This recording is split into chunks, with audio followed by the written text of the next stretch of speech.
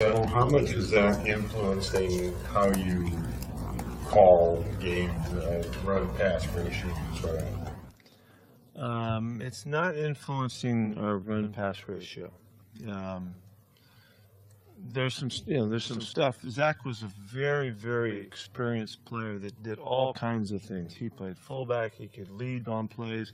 He could block on the edge. We could split him out and do things. He had such great background in our system and knowledge and really command of so many different things. We could do more things with one guy. We are mixing guys to get that done. But it's not really changing. It doesn't change the how our emphasis of the running game. We're emphasizing as much as we can, and we're trying to run the ball as much as we can every time we go out. Hey, there was a report that you guys had reached out to Randy Moss. Yeah, thanks for asking that. I mean, that never happened. That never happened. Nobody's asked that question, and that never happened. Big picture question. Your coaching career. I won't say that I didn't get a call from T.O. though.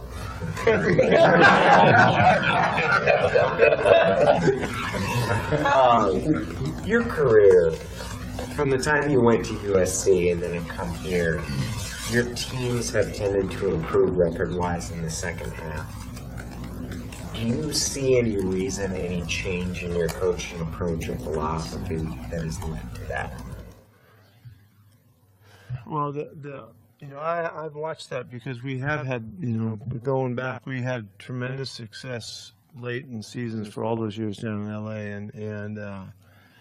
and I tried to figure out why, because we were really proud of it. It was a big kind of staple in the program. We talked about it, anticipated it, and all of that. And we have seen, pretty good finishes here too. So, the only really concrete reason that I have is that we played so many young guys early that by the time we get to mid-season, those guys are regular players for us. And it's helped our depth situation. It's helped our roster as we get into the latter part of the season in two counts. One, that those guys are more ready to play as first-line players. And it's also by the rotations, other guys have not had to play quite as much, and they're a bit stronger. We were so committed to playing young players that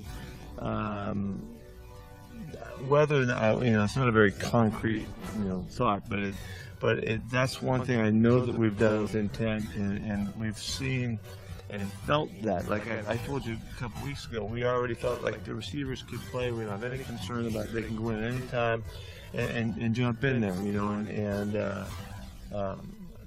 Britt did it, and so the guys have done that for us over the years, and so I don't know if that's it, but that's one concrete thing that we've tried to do to help us, and is that a legit deal? I don't know.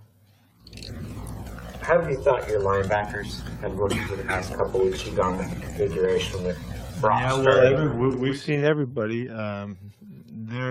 They're doing a great job of filling the voids and jumping up and stepping in.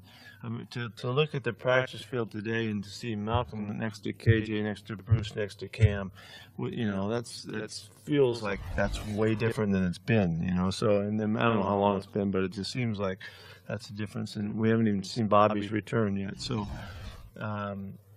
the fact that we've been able to maintain, win some games, and play pretty good D, and we're playing really good against the run, those guys have jumped in very effectively, and they've done exactly like we would hope, that they would fill the spot and it wouldn't be an issue. And Brock played last week. Brock's a little hampered right now. He played banged up last week and made it through the game. It was a fantastic effort for him to get through the game under those circumstances.